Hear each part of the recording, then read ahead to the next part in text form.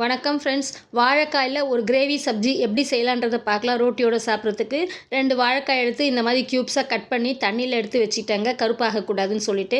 இப்போ 2 வெங்காயம் 10 பல் பூண்டு போட்டு தனியாக அரைச்சி எடுத்துக்கிட்டேன். அது இல்லாமல் தக்காளி 2 வந்து அரைச்சி தனியாக எடுத்து வச்சுக்கிட்டேங்க.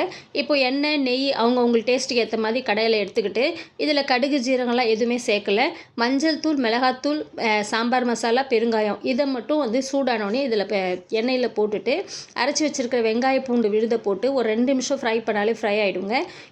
இன்னொன்று தக்காளியும் சேர்த்து இதை ஆட் பண்ணிவிட்டு அதையும் 2 நிமிஷம் ஃப்ரை பண்ணிவிட்டு இந்த வாழைக்காவும் தண்ணியும் வந்து போட்டு வச்சுருக்கோம் இல்லைங்களா, வாழைக்காவை போட்டு ஒரு வதக்கிட்டு இருக்கிற தண்ணி இதிலே ஊற்றிட்டு, வாழைக்கான்றது சீக்கிரமாக வெந்துடும். ஒரு அரை வேக்காடு வர அளவுக்கு தக்காளியும் வெந்து வர அளவுக்கு நம்ம இதை வேக விட போகிறோங்க. ஸோ தக்காளியும் வாழைக்காவும் பாதி வெந்ததுக்கப்புறம் இதுக்கு தேவையான அளவுக்கு தண்ணி வேணும்னா ஊற்றிட்டு இது வந்து மசாலா ஆட் பண்ணுறோம். 2 ஸ்பூன் வந்து தனியா மசாலா, 1 ஸ்பூன் வந்து மிளகாத்தூள், அரை ஸ்பூன் சாம்பார் மசாலா, தேவையான அளவுக்கு உப்பு சேர்த்துட்டு இது வந்து நல்லா வேக விடும்போது பார்த்திங்கன்னா நல்லா வந்து வாழைக்காய் மெதுன்னு வெந்து வந்திருக்கும். கிரேவி வந்து பார்த்திங்கன்னா அதில் அப்படியே சேர்ந்து வரும்.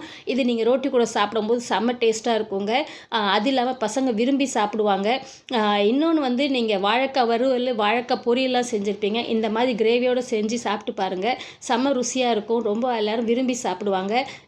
மீண்டும் ஒரு புது ரெசிபியோடு சந்திக்கிறேன். Until then bye from Rajmathi. நன்றி, வணக்கம்.